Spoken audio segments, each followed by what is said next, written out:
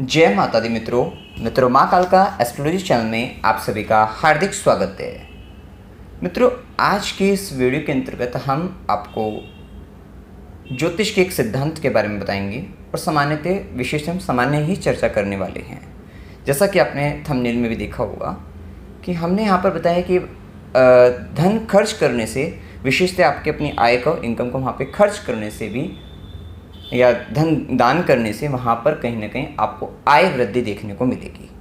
अक्सर आपने जीवन में सुना होगा कि विद्या धन एक ऐसा धन है जो खर्च करने से बढ़ता है, लेकिन आज हम आपको ज्योतिष का महत्व बताने वाले हैं कि ज्योतिष के जरिए आप ये जानते हैं कि अपनी इनकम को अगर आपको बढ़ाना है, अपनी आय की वृद्धि अगर आपको करनी है तो कहीं ना कहीं खर्चा करना होगा। और विशेषतः देखिए, खर्चे की जब हम बात करते हैं कि देखिए अपनी चीज़ों पर तो हर व्यक्ति खर्च कर ही रहा है और कहीं ना कहीं खर्च करने पर उसकी आय खत्म हो ही रही है, लेकिन यहाँ पर जो हम खर्च की बात कर रहे हैं या जो बात कर रहे हैं देने की, वो दान की बात कर रहे हैं कि दान करने से आय वृद्धि होती है। और आज हम इस बात को ज्योतिषीय सिद्धांत के द्वारा समझने वाले हैं। क्या है सिद्धांत? जैसा कि आपने भावात भवन नियम पढ़ा होगा, हम वही लगाने वाले हैं।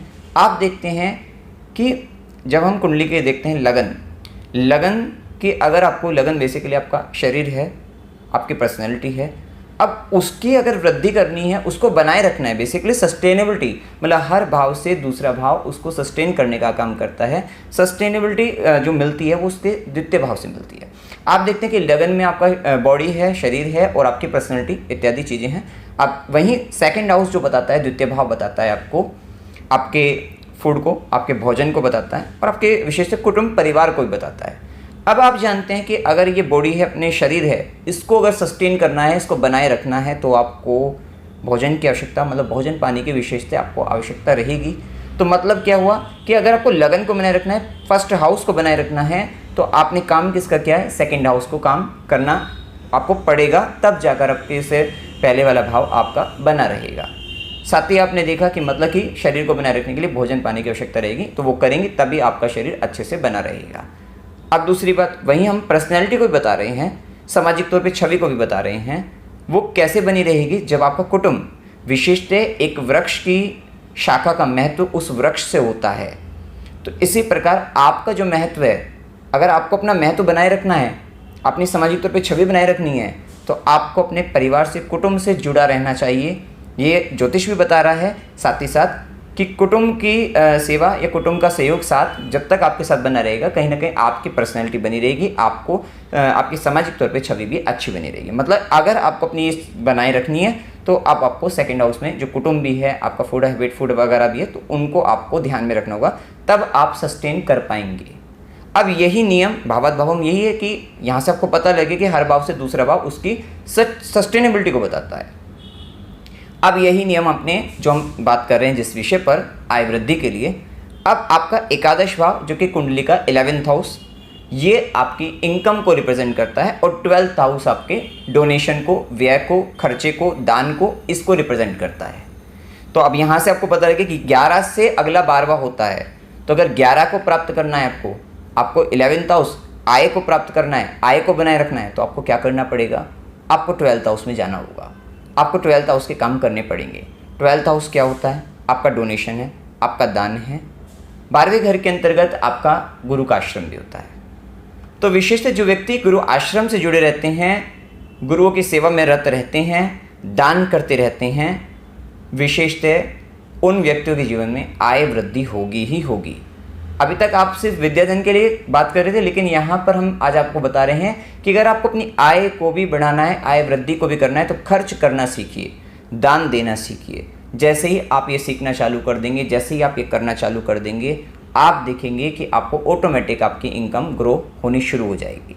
विशेषतः आप कुछ व्यक्ति सोचेंगे कि हम तो खर्च करते हैं, कुछ लोग होते हैं सिर्फ अपने पर खर्च करते हैं। देखिए, अपने पर हर व्यक्ति खर्च करता है, आपको खर्च किन पर करना है? जो व्यक्ति को, जो कोई अपने से परे भी हैं, साथ ही साथ जिनको आवश्यकता भी है। वैसे पहले अपने घर परिवार के अंतर्गत कोई व्यक्ति जिसको आवश्यकता है, सबसे पहले उसका सहयोग साथ देना चाहिए, ये शास्त्र भी कहता है।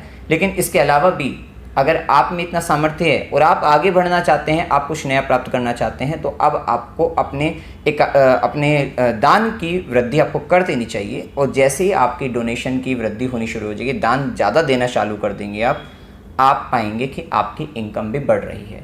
ऐसा इसलिए भी होता है क्योंकि प्रकृति का एक नियम है, जब हम किसी एक विशेष व्यक्ति की जिम्मेदारी लेना चालू कर देते हैं, और हो सकता है कि वहाँ पर हमारा कोई स्वार्थ भी ना हो। मान लीजिए कोई व्यक्ति है जिसको हम जानते नहीं, पहचानते नहीं, कोई व्यक्ति परेशान है, उस परेशान व्यक्ति की हम मदद करना चालू कर देते हैं। अब मदद में भी हो सकता है कि हम एक रेगुलर बेस पर उसकी हेल्प कर रहे हैं, तो क्या होगा कि कहीं ना कहीं अब आपके लिए प्रकृति सोचना चालू कर देगी, कहीं ना कहीं परमात्मा की कृपा आप पर बरसनी शुरू हो जाएगी और वे आपके लिए भी ध्यान देना चालू कर देंगे, क्योंकि ऑटोमेटिक आपके हाथों, आपके जरिए उनको ये कार्य संपन्न कराना है। तो यहाँ पर आपको उतना तो मिलेगा ही जितना आप उस व्यक्ति की हेल्प कर रहे हैं, और साथ ही साथ उससे ज़्यादा आपको और भी ग्रोथ आपको मिलनी चालू हो जाएगी, क्योंकि वे जानते हैं कि जिस व्यक्ति के दिल में ये भाव आ गया है कि सेवा का भाव आ गया है, दान देने का भाव आ गया है, तो व्यक्ति आज 1 की कर रहा है, कल आगे 10 की और करेगा। तो इसका मतलब उसको और 10 गुना मिलना चाहिए, तो उसके पास, व्यक्ति के पास विशेष तौर पर वृद्धि हो जाती है। विशेषता आप देखते भी होगी, जैसे कि जैन धर्म के व्यक्ति, जो जैन लोग होते हैं, उन लोगों का मेन मोटो मतलब अगर वे इनकम अपनी बढ़ाना चाहते हैं, वे व्यक्ति बहुत अधिक दान करते हैं, दान देते हैं। तो जैसे वे ये सब कर रहे हैं, विशेषतः वो एक उनका रिचुअल्स बन जाता है, वो फॉलो करते हैं, और जिसके द्वारा क्या यहाँ पर आप देखते हैं कि उनकी इनकम भी काफ़ी अधिक बढ़नी शुरू हो जाती है, बढ़ती भी है, बढ़ रही है। तो ये आप यहाँ पर अगर आप भी किसी भी धर्म से, किसी भी तरीके से आप हो, कहीं से भी हो, आप इसको फॉलो करना सीखिए। अब जैसे ही आप इसको फॉलो करेंगे, आप पाएंगे कि निश्चित ही आपको इसको 180 डेज़ में तो आपको इसके रिजल्ट मिलने शुरू हो जाएंगे। विशेषतः धीरे धीरे मिलेंगे, लेकिन अगर आप करना चालू कर देंगे। और अब कोई व्यक्ति ये सोच रहा होगा कि मेरे पास तो है नहीं। देखो, जो व्यक्ति ये सोचते हैं कि नहीं है, अगर आप इस मानसिकता के साथ अगर आप कर नहीं पा रहे हैं, तो आप कभी नहीं कर पाएंगे। क्योंकि देखिए, एक अगर भिखारी व्यक्ति को भी, अगर मैं सिंपल सरल मतलब उसमें बता रहा हूँ आपको, कि अगर एक भिखारी व्यक्ति को भी देखेंगे कि अगर उसको भी कुछ मान लीजिए प्राप्त हो रहा है, मान लीजिए उसको एक रोटी ही प्राप्त हो गई, उस रोटी के में से एक टुकड़ा उसने, मान लीजिए किसी पक्षी वगैरह कोई बैठा है, कोई कुत्ता वगैरह बैठा है, उसको भी उसने डाल दिया, तो कहीं ना कहीं अगर उसने दिया है उसको, तो वापस उसको भी मिलना चालू होगा, उसको भी मिलेगा। तो मतलब ये नहीं है कि आपको अगर अपनी वृद्धि करनी है, अपनी इनकम की, अपनी ग्रोथ अपनी करनी है, तो विशेषतः दान देना आपको चालू कर देना चाहिए, आपको सीखना चाहिए, करना चाहिए। और ये केवल इस बात पर ही नहीं, बहुत अधिक होगा तब दिया जाएगा, ऐसा नहीं होता। फिर इसका मतलब बहुत अधिक कब होगा और क्यों होगा फिर आपके लिए, क्योंकि आप जब दे ही नहीं रहे हैं तो आपको मिलेगा क्यों। तो इस बात का आपको हमेशा ध्यान रखना है। तो सबसे पहले आपको क्या करना है, जिस भी लेवल पर आप हैं उस लेवल पर ध्यान रखते हुए आपको ये कार्य करना चाहिए। विशेषतः आपको जब आप अगर आप अपनी लिमिट बना लेते हैं कि भाई मेरे को यही करना है, उससे ज़्यादा नहीं करना है, तो फिर क्योंकि कहीं ना कहीं लिमिट क्रॉस अगर आप करते हैं, उससे बाहर निकलते हैं, लिमिटेड रहेंगे, तो फिर आपकी इनकम भी लिमिटेड हो जाएगी, और उस लिमिटेड इनकम में ही फिर आपको जीवन यापन करना पड़ेगा।